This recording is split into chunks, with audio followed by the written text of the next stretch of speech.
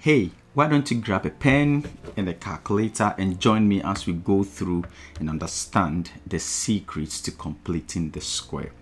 So the whole idea of completing the square is actually, as it says, literally completing the square. We want to complete a square.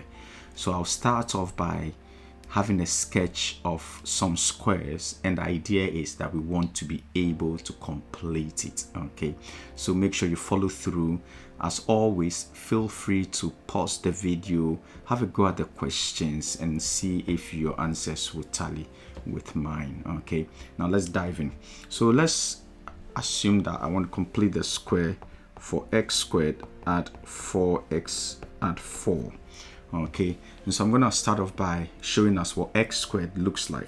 So think of a square that have dimensions, okay, of x by x. Okay, so this square is x by x, which will make our x squared. So our x squared, we've taken care of it. Now I want to try and make a square. The next stop is 4x. Okay, if I put 4x's here, it won't quite make a square. We'll end up making a rectangle. So I'm thinking if I put one extra on here, I need to also put one extra on here. Okay, but I need to make 4. So far I've made 2 because 1 and 1 is 2. So I add on an extra 1 there, and then add on an extra 1 here. So we see that I'm almost getting a square. Okay, that takes care of my 4 x's because I've got 1, 2, and 1, 2. But then I've got 4 extra. Now to complete the square, I need 4 little extra there.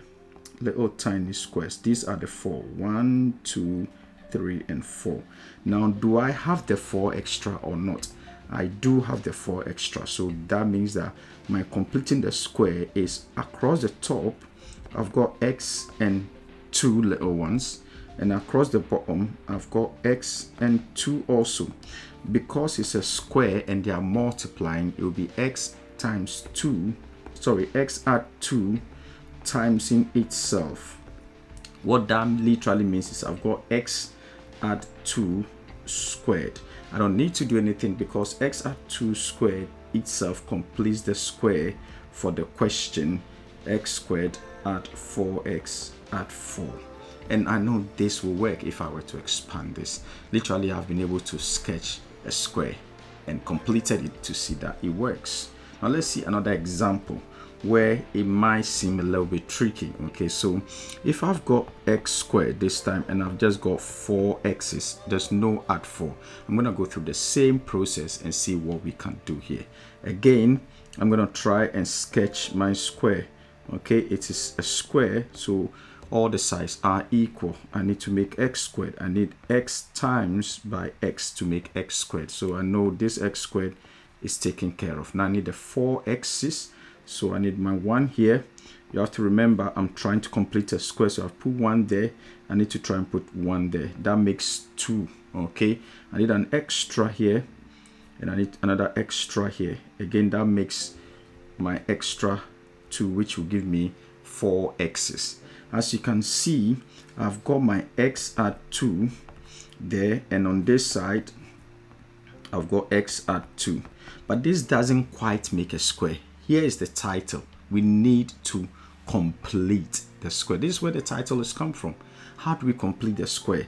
I need an extra tiny 4 little squares to complete the square. Do I have 4? I don't. And because I don't have 4, I know x add 2 squared is what I'm trying to make here, but I don't have the extra 4. But I have extra 4 that is being put on here to make the square to complete. Therefore, I need to take that 4 away.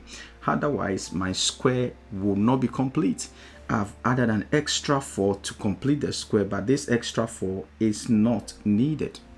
And so basically, x squared at 4x is the same as x at 2 all squared minus 4.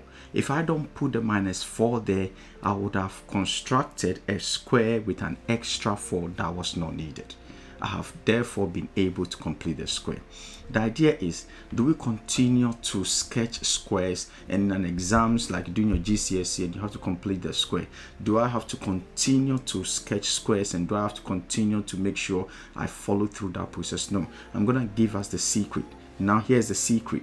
You want to try and take notes here. It's very important. Don't worry, remember to practice it, remember to share it, remember to also make sure you follow through the process. Okay, so I'm gonna give us some steps. What is the secret? Now before I give you the steps, we have to understand that every quadratic expression is of the form ax squared plus bx plus c. This is a quadratic expression. I'm focusing on expressions where we have x squared add bx add c. So these steps are mainly for expressions written in this form, where the number that is multiplying our x squared is 1. In other words, we have no number times in our x squared, but there's a number times in our x, which is b, and there's a loner or a constant. Okay, here are the steps. Number one, what you want to be able to do is to have your b.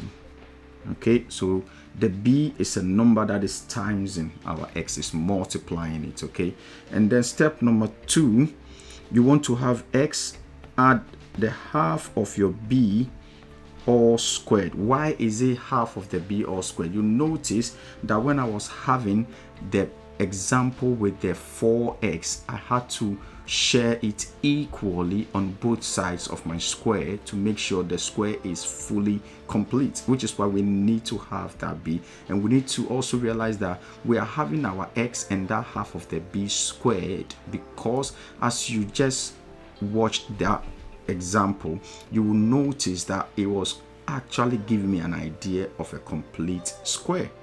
The next thing is, to complete it, I need to remember this. I need to subtract the square, okay, the square of my answer to step 1. Okay, this might seem a lot, but as we go through, you will notice it's actually straightforward. What do we mean by that? This is what we mean. If I want to complete the square for x squared add 4x, okay, what I'm saying is this is the b, so we're gonna have the b. Step 1, half the b. Half of 4 is 2, so I know half of 4 is 2. Okay, now I'm gonna go to step 2. Step 2 says x add that halved answer, which is the 2. I should put it there and put it in bracket. And then step 3 says I should subtract the square of my answer to step 1. 2 squared is 4, so I'm going to subtract 4. That way I've completed the square.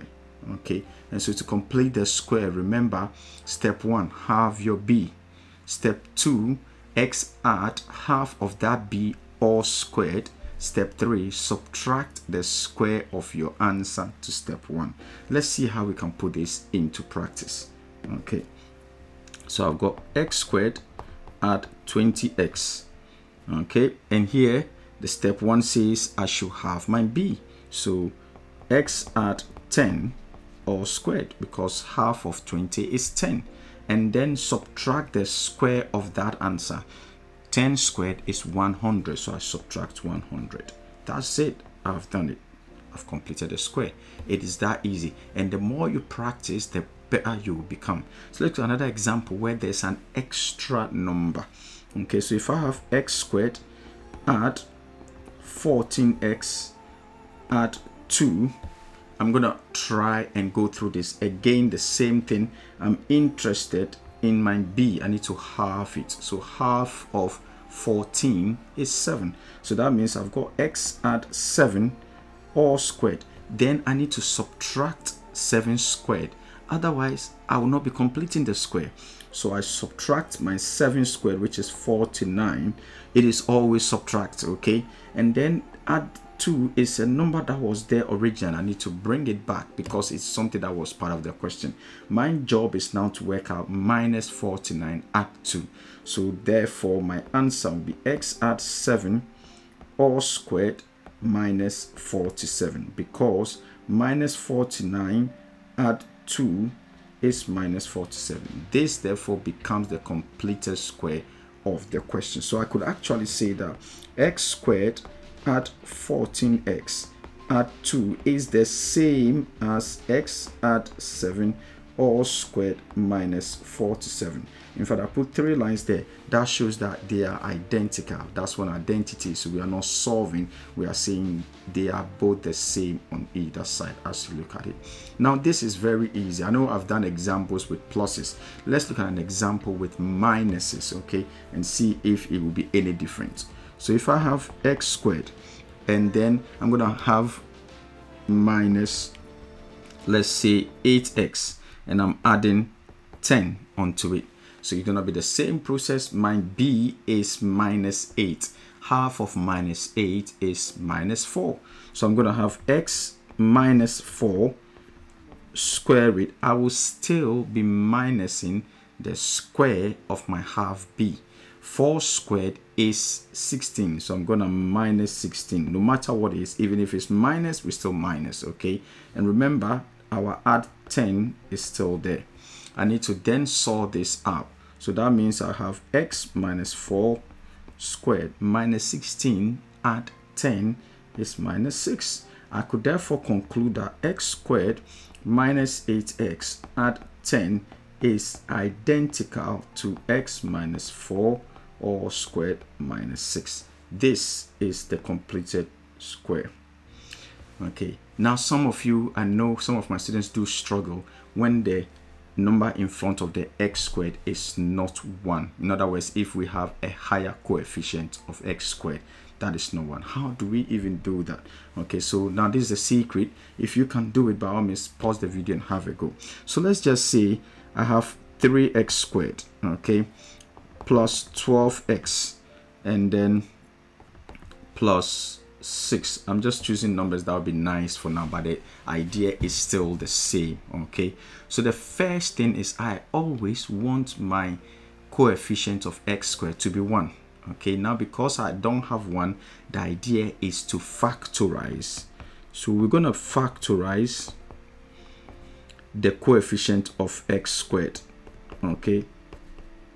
Coefficient is just a posh name or a keyword, a term for the number that is times in something. So we are going to factorize the coefficient of x squared throughout. What that means is bractorize. So factorize, bractorize. In other words, put something into bracket, put something outside of the bracket. What is multiplying x squared is 3. So I'm going to put 3 outside the bracket, and then I'm going to have x squared, because 3 times x squared is 3x squared. Now 3 times 4x will give me 12x's, and then 3 times by 2 will give me 6. So basically, I'm just going to put a 3 out and put very big brackets out there and focus on the bits inside the bracket there. X squared add 4x add 2. Now, as you can see, without the 3 on the outside, I have x squared add 4x add 2. So I'm going to look at the same steps. Number 1 is to halve your b. Halve your b. b is 4. Half of 4 is 2. So I've got x add 2 squared.